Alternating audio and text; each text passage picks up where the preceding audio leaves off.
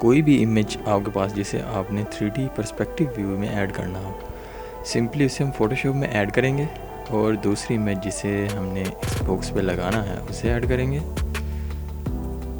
उसे ऐड करने के बाद हम प्रेस करेंगे Ctrl A, select all. Select all के बाद हम इसे कर लेंगे कॉपी, Ctrl C।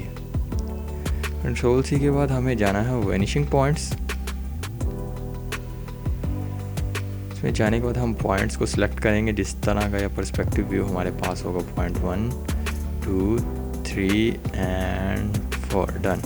अब हमें यहाँ से बाकी व्यूज़ ऐड करने हैं, तो हम कंट्रोल की प्रेस करेंगे और लेफ़्ट क्लिक दबा कर रखेंगे तो ये दूसरा पॉइंट ऐड। इसी तरह हमें इसको एडजस्ट करना है और थर्ड साइड भी इसी तरह से हम ऐड करेंगे। कंट्रोल प्रेस और लेफ़्ट क्लिक, ये ज़बरदस्त।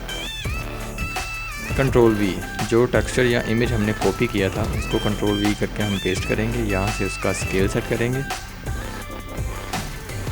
स्केल सेट करने के बाद जब हम इस बॉक्स पर इसे लेके आएंगे ये ऑटोमेटिकली इस पर पेस्ट हो जाएगा। फिर हमें एडजस्ट करनी है इसकी साइज़। अब देख सकते हैं ये खुद ब खुद सारे व्यूज़ में एडजस्ट कर रहा है, हमें एक एक पर्सपेक्टिव व्यू बनाने की ज़रूरत नहीं है। ये थोड़ा सा इसे सेट करने के बाद हम देख सकते हैं व्यूज़ का बिल्कुल फिट है। इसमें और भी कई ज़्यादा इस तरह के ऑप्शंस हैं।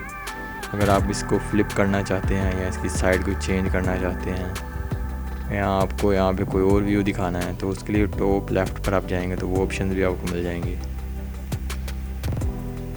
अभी यहाँ पर बिल्कुल फिट है। हम देखें ये फ्लिप कर रहे हैं इसको